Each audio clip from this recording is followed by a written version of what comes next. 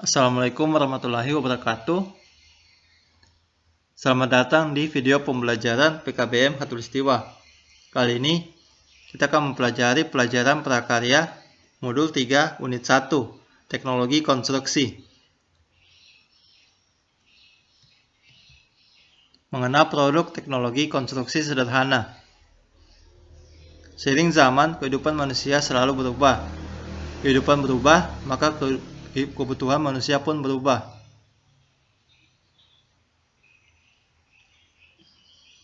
Ciri khas teknologi konstruksi adalah adanya kegiatan merakit, yaitu menyambungkan satu benda atau lebih baik menjadi sebuah benda yang lebih baik. Jenis dan fungsi teknologi konstruksi. Teknologi konstruksi merupakan pengembangan dari konsep teknologi rekayasa, yaitu salah satu konsep pembuatan berbagai komoditas yang dikembangkan dengan pemikiran dan penghitungan yang akurat. Konstruksi juga dapat didefinisikan sebagai susunan suatu benda, terapan, jembatan, rumah, dan lain sebagainya. Konstruksi umumnya digunakan pada kegiatan penyusunan bangunan. Walaupun kegiatan konstruksi dikenal sebagai satu pekerjaan, tetapi dalam kenyataannya, konstruksi merupakan satuan kegiatan yang terdiri dari beberapa pekerjaan lainnya berbeda. Pembuatan produk konstruksi sederhana dapat dimulai dengan menyusun rencana prosedur kerja, yaitu persiapan proses yang menjadi acuan bagi seorang dalam mencapai tujuan produksi. Benda konstruksi sederhana memiliki susunan tidak rumit. Di sekitar kita dapat ditemukan benda konstruksi yang sederhana, sedikit kompleks dan rumit.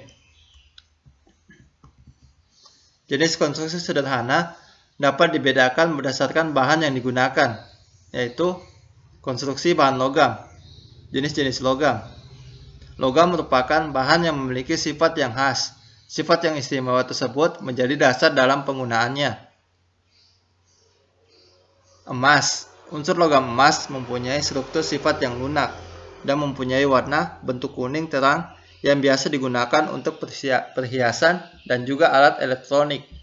Perak merupakan suatu logam yang mudah untuk dibentuk, yang memiliki warna dasar putih abu-abu yang mampu sebagai konduktor panas listrik yang sangat baik. Perunggu merupakan sebuah alloy dari tembaga serta timah yang sudah dikenal sejak zaman kuno. Tembaga merupakan logam yang mudah untuk dibentuk. Kuningan merupakan alloy campuran dari tembaga dan juga seng. Dalam pemanfaatan kuningan sangat banyak digunakan oleh masyarakat, seperti barang-barang hiasan, sekrup, dan lain-lain. Besi merupakan logam yang dihasilkan dari peleburan biji hematit di dalam tanur sembur. Aluminium merupakan logam yang mempunyai sifat logam yang sangat ringan dan termasuk logam tahan korosi. Timah merupakan logam lunak serta mudah untuk dibentuk yang mempunyai warna putih keperakan. Penggolongan bentuk logam di pasaran. Besi cor merupakan salah satu jenis logam tertua dan murah yang pernah ditemukan umat manusia. Di antara sekian banyak logam yang ada, berdasarkan bentuknya, baja tulangan beton dibedakan menjadi dua: baja tulangan beton polos, baja tulangan beton sirip. Sheet metal atau logam lembaran adalah proses fabrikasi atau pembuatan lembaran metal untuk berbagai keperluan dan kegunaan. Lembaran logam yang dihasilkan dalam proses ini kemudian dibentuk menjadi produk standar untuk memenuhi kebutuhan perlengkapan kantor, sekolah, rumah sakit, dan lain sebagainya. Karakteristik produk logam lembaran yang dibutuhkan: kekuatan tinggi, ukuran dimensi baik, permukaan akhir baik, biaya rendah. 3 kategori utama pengerjaan logam lembaran: pemotongan, pembengkokan, dan penarikan.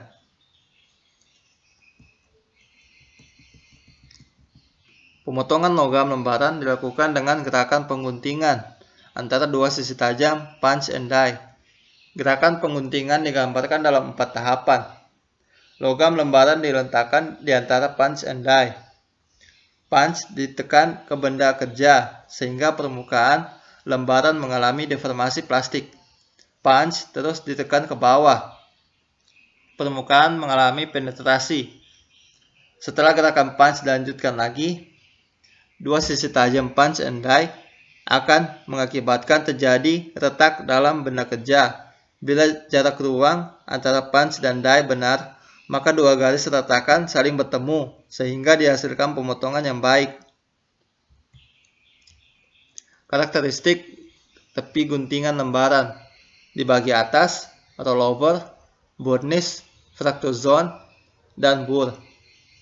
3 operasi dasar dalam pengerjaan Kempa adalah shearing, blanking, dan punching.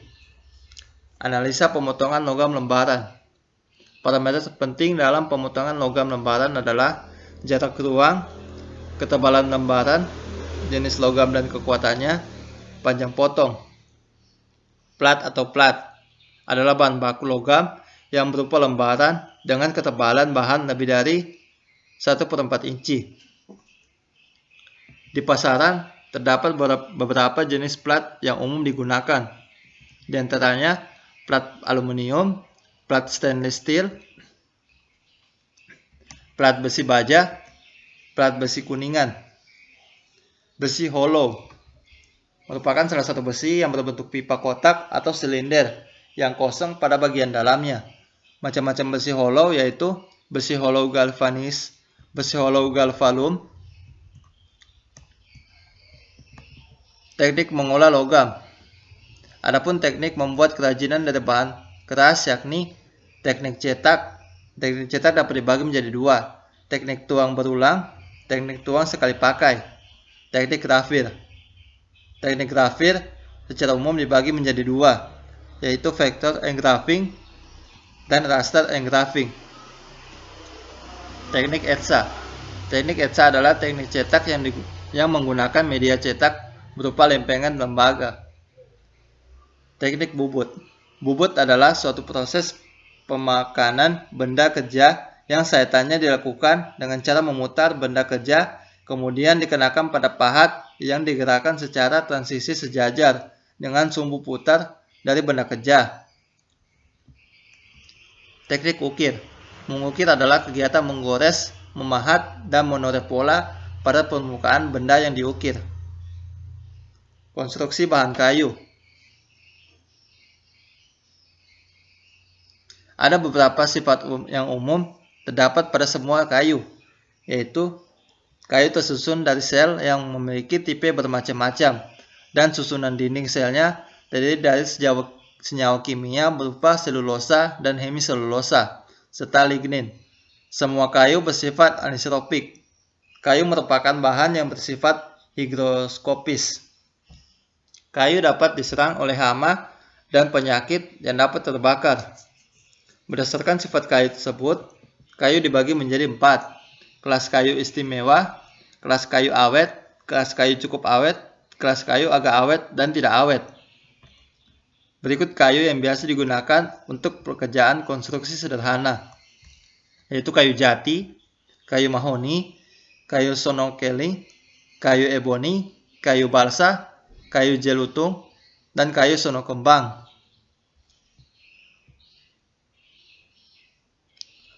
Penggolongan bentuk kayu di pasaran. Standar panjang kayu yang lazim adalah 4 meter, walaupun dalam kenyataannya di toko bangunan, panjang kayu yang tersedia pada ukuran 3, 6 sampai 3,8 meter. Teknik pengolahan kayu. Teknik kerja bangku. Teknik bubut. Teknik ukir. Sambungan dan penguatan konstruksi. Sambungan bahan logam. Teknik patri. Pematrian adalah proses penyambungan bahan logam di bawah pengaruh panas dengan pertolongan bahan tambah logam atau campuran logam. Teknik las. Pengelasan adalah teknik penyambungan logam dengan cara mencairkan sebagian logam induk dan logam pengisi dengan atau tanpa tekanan dan dengan atau tanpa logam penambah dan menghasilkan sambungan yang kontinu. Teknik menganyam. Menganyam adalah salah satu teknik kerajinan dengan menyilang-nyilangkan bagian lusi dengan bagian pakan sehingga membentuk suatu pola tertentu. Anyaman 3 sumbu. Anyaman 4 sumbu. Sambungan dan penguatan bahan kayu. Pada prinsipnya, sambungan kayu dapat dibagi menjadi 3 macam. Sambungan kayu ke arah memanjang, sambungan kayu ke arah melebar, dan sambungan kayu ke arah menyudut.